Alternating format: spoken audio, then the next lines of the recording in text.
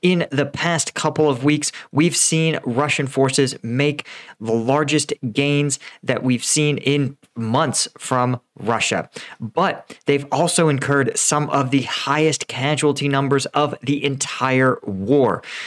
How exactly is this all part of Ukraine's strategy? Well, footage today takes us inside how Western aid is improving not just Ukraine's offensive capabilities, but is essential to their defensive strategy. Let's get into it. All right, so this is coming to us from Reuters, and as you guys can see, we are operating what's called a self-propelled howitzer, and this is no joke. This is a large German-made howitzer.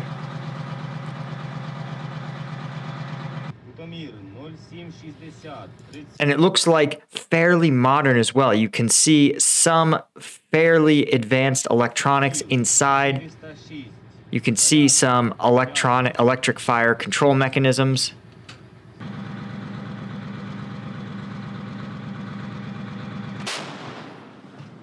And what's fascinating about this, to me at least, is that well, watch the inside for a second. Okay, first off, you can see they load the rounds,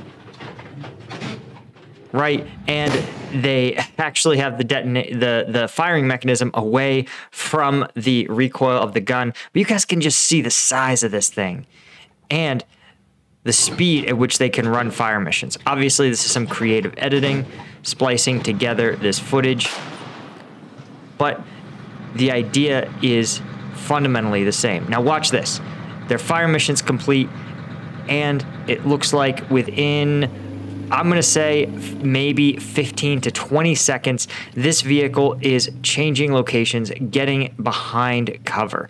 And the reason is, of course, to prevent counter battery fire. This is the use of radar systems to actually detect projectiles as they fly through the air and use some simple math to calculate the point of origin, and then those radars automatically or manually will produce a grid coordinate where counter batteries, or in this case Russian batteries, will start to try to land rounds. And you can see, though, this tank is already moving out. In this case, it looks like they are getting behind cover to make it harder to observe the vehicle.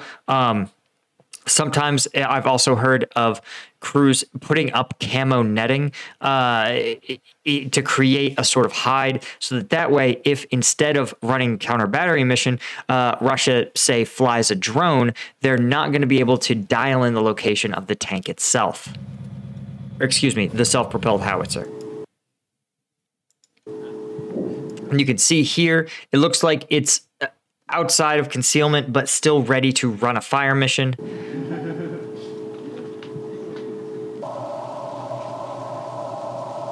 Now, here's the thing with Russian forces, and this is in Donbas, right? So when we look at the map, we can see that the Donbas region, right around Donetsk, Russian forces have actually made some gains recently.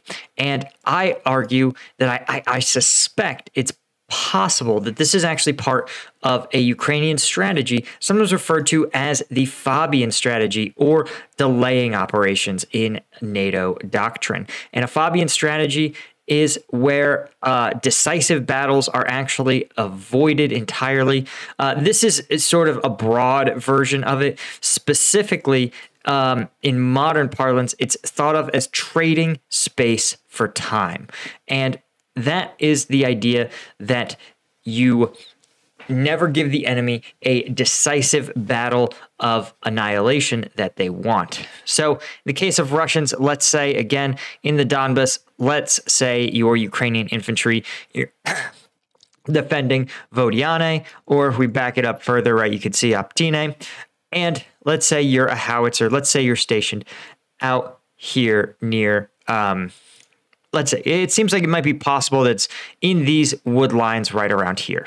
Okay, so you're Ukrainian infantry. You decide, we've seen from footage that the Russians are slowly getting smarter. Their trench works are getting better. They're building roofs overhead to block artillery and block drone observation, the Russian defensive effort is improving, right? And it doesn't require a lot of material support. It's just being better at digging holes. And in a way, in this conflict, it's actually pretty innovative. So Ukraine has decided to, if you can't force the Russians out of the holes, well, you can just bait them to stand up and expose themselves, right? And so that means that when Russia attacks, Ukraine is making a disciplined, controlled withdrawal from areas. So let's say they withdraw out of here and Russian troops advance, believing that they've broken Ukrainian lines. Well, what does that mean for the artillery piece up here? It means it's now ready to launch a fire mission at these now exposed Russian troops. Now, it might be exposing those troops as they advance, covering Ukrainian forces retreat, pinning them in place while Ukrainian forces fight a delaying action. The actual specific tactical realities are always situational and always subject to that commander on the ground. But the important part is that these counter batteries are ready to punish the Russians when they come out of their holes and begin to advance. It also, of course, means that these howitzers need to be able to move, right? Because you can see here in 24 hours, right? Maybe they have advanced, it looks like around 300 or 400 meters, about half a kilometer, which means, of course, that these artillery pieces are going to need to bound back. And that can be sort of time consuming when you're talking about things like an M777. But if you have a tracked vehicle like this that can just sort of move and shoot, well, it could be really effective to conduct this defense in depth because Russian forces believe they're advancing into Ukrainian positions, but they take casualties, never seeing an actual Ukrainian soldier. And then finally, when their artillery or their infantry get in range to actually engage Ukrainian artillery batteries, well, they've already packed up, relocated somewhere else, further behind the lines, and Ukrainian forces get to run it again. They establish defensive positions, stop the Russian effort, force them to stop, reconstitute, and then when Russian forces advance again, Ukrainians trade more space for time, trading off another 300 meters in exchange for forcing the Russians out of their defensive positions into an offensive formation where they can be further punished by this mobile artillery. So if you see how using this sort of mobile forces on the defense, you can bait your enemy into an offensive effort that doesn't actually benefit them. We can see, of course, in the grand scheme of things, right, 300, 400, 500 meters, a kilometer a day, not a huge issue in the grand scheme of the entire war. You can see here, right, this is just the little encirclement of Bakhmut, and here's the entirety of the Kherson region where Ukraine was able to drive out Russian forces with minimal fighting. And so you should understand that forcing the enemy to be drawn out further and further can be thought of as like a string, right? If I wanted to cut this string on my headphones, I would want to stretch it out first. And this is really what Ukrainian forces are doing. They're creating conditions where Russian forces are open, exposed, and vulnerable because they're pushing forward. Their supply lines will get less and less flexible. Their ability to conduct Kazovac or even exercise command and control reduces the further and further this operation takes place. And the actual area in which Russian forces are vulnerable increases as they go on offense. This is a tremendous potential strategy. Again, we have only limited evidence that confirms with certainty that this is the strategy. We've seen, for example, some of the combat videos we've watched on Patreon that are fairly recent. The link is in the description, by the way, if you want to check those out. They drop once a week. Patreon is not subject to YouTube censorship, so we watch a lot of the combat footage that I can't show here. Plus, it supports the channel in the face of increasing YouTube censorship. But the thing that's most interesting is that some of those videos do show that exact strategy. You watch Russian mechanized forces move down a road, and you can see Ukrainian infantry attacking with javelins. You can see those forces taking significant artillery fire, and in some instances, you could see, significant numbers of their infantry and armored forces are completely obliterated, and the Russians never appear to even see or engage Ukrainian forces at all.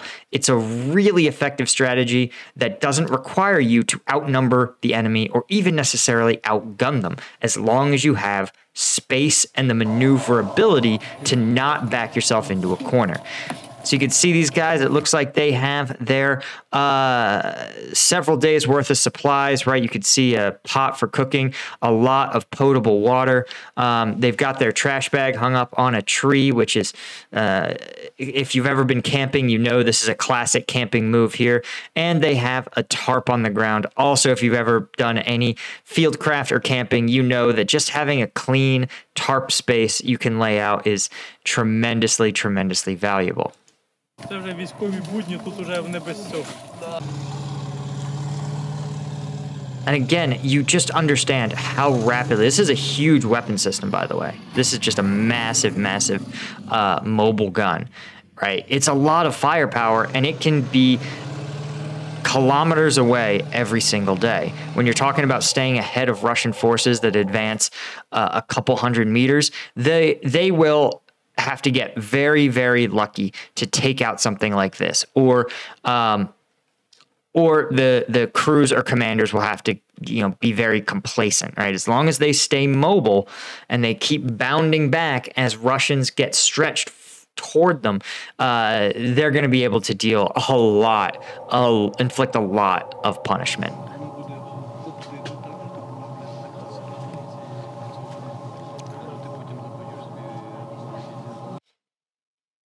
Yeah, so that hopefully gives you guys a sense of just how these sort of tracked and mobile fighting vehicles can change the game now, even without necessarily Ukraine going fully on the offense.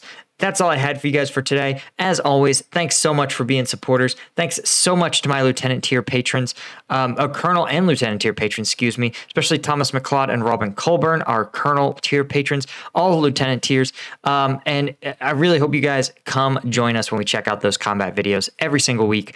And I'll see you guys in the next one.